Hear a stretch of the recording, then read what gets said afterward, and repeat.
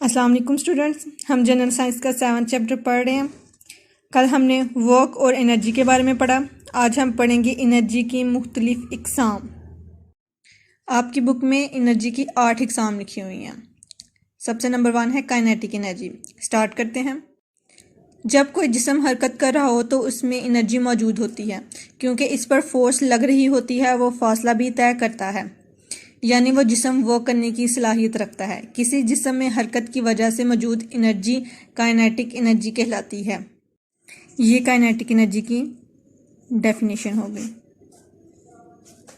ये जो एंड पे लाइन लिखी हुई है, किसी जिस्म में हरकत की वजह से मौजूद एनर्जी काइनेटिक एनर्जी कहलाती है। ये काइनेटिक एनर्जी की डेफिनेशन है। अगर क्वेश्चन आ जाता है कि काइनेटिक एनर्जी की तारीफ करें तो आपने ये वाली लाइन लिखनी है, ठीक है। इसमें आपको बताया हुआ कि काइनेटिक एनर्जी क्या होती है। हर वो चीज़ जो हरकत कर रही है, हिल रही है, मूव कर रही है, उसमें काइनेटिक एनर्जी है। चाहे वो जानदार है, चाहे वो बेजान है, चाहे वो अपनी फोर्स पे चल रही है या फिर उस पे ऊपर धक्का लगाया जा रहा है या उसके ऊपर फोर्स अप्लाई की जा रही है। वो मूव कर रही है तो उसके अंदर काइनेटिक एनर्जी है। वो अपनी जगह से दूसरी जगह मूव करके ही जा रही है तो उसके अंदर काइनेटिक एनर्जी है। हर वो चीज़ जो मूव कर रही है, हरकत कर रही है, हिल रही है अपनी जगह से दूसरी जगह, वो उसके अंदर काइनेटिक एनर्जी मौजूद है। ये इसी डायग्राम से ले लेते हैं। अब ये आदमी है, ये जानदार है, ये अपनी जगह से दूसरी जगह हिल रहा है, मतलब कि इसके अंदर काइनेटिक एनर्जी है। ये डब्बा है, ये बेजान है, ये भी मूव कर रहा है, ये अपनी ताकत से मूव नहीं कर रहा। ये आदमी इसके ऊपर फोर्स लगा रहा है, लेकिन इसके ऊपर भी, इसके अंदर भी काइनेटिक एनर्जी मौजूद है, क्योंकि ये अपनी जगह से दूसरी जगह हिल रहा है, जा रहा है, डिस्प्लेस हो रहा है। आगे हम काइनेटिक एनर्जी तफसील से पढ़ते हैं। जब क्रिकेट बॉल को बल्ले से हिट लगाई जाती है तो बॉल तेजी से हरकत करती है। हम कहते हैं कि हरकत करती हुई बॉल में काइनेटिक एनर्जी मौजूद है, क्योंकि जो बॉल है वो मूव कर रही है, अपनी जगह से हरकत कर रही है, तो मतलब उसके अंदर काइनेटिक एनर्जी मौजूद है। लेकिन हम देखते हैं कि कुछ फासला तय करने के बाद बॉल रुक जाती है, तो फिर बॉल की काइनेटिक एनर्जी कहाँ जाती है कि थोड़ी देर जब बॉल मूव कर रही होती, जा रही होती, तो खुद ब खुद ही रुक जाती है। तो फिर जाहिर सी बात हम कह रहे हैं कि उसके अंदर काइनेटिक एनर्जी है, तो वो रुक क्यों गई। तो इसके आगे उन्होंने यही आगे क्वेश्चन किया है, यही वो आगे से तफसील से बताएंगे कि वो क्यों रुक जाती है। दरअसल ग्राउंड पर हरकत करती हुई बॉल की मुखालिफ सिमत में एक फोर्स अमल करती है।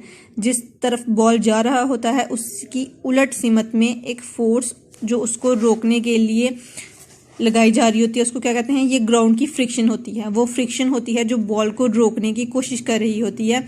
जब बैट के साथ उसको हिट लगाते हैं तो वो जा रही होती है, तो फ्रिक्शन उसको रोकने की कोशिश कर रही होती है। ग्राउंड की जो फ्रिक्शन है, फ्रिक्शन की फोर्स बॉल के रुकने का सबब है, यानी हवा की फ्रिक्शन काबिल नज़रअंदाज है। मतलब कि हवा जो बॉल को रोकने की कोशिश कर रही है, हम उसकी बात नहीं कर रहे। जो ग्राउंड की फ्रिक्शन है, ग्राउंड जो बॉल को रोकने की कोशिश कर रही है, हम उसकी बात कर रहे हैं। बॉल को अपनी हरकत जारी रखने के लिए फ्रिक्शन के मुखालिफ इतनी ही फोर्स लगाना पड़ती है। इस तरह बॉल फ्रिक्शन के खिलाफ वर्क करती है।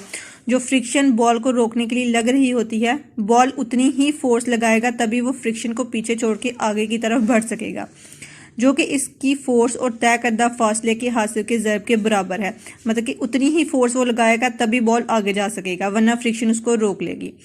बॉल की तमाम काइनेटिक एनर्जी वर्क करने पे खर्च हो जाती है और बॉल रुक जाती है। तो फिर जाहिर सी बात है वो फ्रिक्शन के खिलाफ वर्क कर रहा है, खिलाफ काम कर रहा है, तो क्या होती है, आहिस्ता आहिस्ता उसकी काइनेटिक एनर्जी ख़त्म हो जाती है और फ्रिक्शन उस बॉल को रोक लेती है। इससे साबित होता है कि कोई जिस्म काइनेटिक एनर्जी की बदौलत वर्क करने की सलाहियत रखता है, कि हर वो चीज़ जो हरकत कर रही है वो काइनेटिक एनर्जी की वजह से हरकत कर रही है। अगर उसके अंदर काइनेटिक एनर्जी नहीं है तो बॉल रुक जाएगी। मुख्तलिफ जिस्म की काइनेटिक एनर्जी उसके मास और स्पीड पे मुनहसर है। कि काइनेटिक एनर्जी के लिए क्या चीज़ ज़रूरी है, मास मतलब उसका वज़न और स्पीड उसकी रफ्तार। जिस्म के हिसाब से जितने मतलब कि जितना बड़ा मास होगा, अगर हमारे पास बड़ा मास आ जाता है तो उसकी काइनेटिक एनर्जी भी ज़्यादा होगी। अगर वो ज़्यादा स्पीड से चल रहा है फिर भी उसकी काइनेटिक एनर्जी ज़्यादा होगी। अगर कोई चीज़ छोटी है तो उसकी काइनेटिक एनर्जी भी छोटी है। अगर वो कोई कम स्पीड से चल रही है तब भी उसकी काइनेटिक एनर्जी थोड़ी होगी। जितना मास या स्पीड ज़्यादा होगी उतनी ही ज़्यादा उसकी काइनेटिक एनर्जी भी होगी। जो भी मैंने बताया, ज़्यादा मास और ज़्यादा स्पीड होगी तो काइनेटिक एनर्जी भी ज़्यादा, कम मास या कम स्पीड होगी तो काइनेटिक एनर्जी भी कम होगी। आज के लिए आपका सबक इतना ही है। काइनेटिक एनर्जी कंप्लीट, पहले उसकी तारीफ आ जाती है और बाद में उसकी एग्जांपल आ जाती है, उसकी मिसाल आ जाती है। क्योंकि हम काइनेटिक एनर्जी को अगर डिफाइन कर रहे हैं, उसकी तारीफ कर रहे हैं, तो फिर हम उसको मिसाल देकर उसके समझाएंगे। तो आपने ये कंप्लीट याद करना है, याद कर लेना है, साथ लिख लेना है। इसलिए मैं आपको सिर्फ आज इतना ही पढ़ाऊंगी ताकि आप ये सारा याद कर लो। जो मैं पढ़ा रही हूँ बच्चे, वो आप साथ साथ याद करते जाओ, बाद में आपको टाइम नहीं मिलेगा। ठीक है, तो ये आपने अपनी कॉपीज पे भी लिख लेना है। किसी चीज़ की समझ नहीं आई होगी, आपने मुझे मैसेज कर लेना है या मुझे कॉल कर लेना, मैं आपको दोबारा समझा दूंगी। ठीक है, अल्लाह हाफिज़।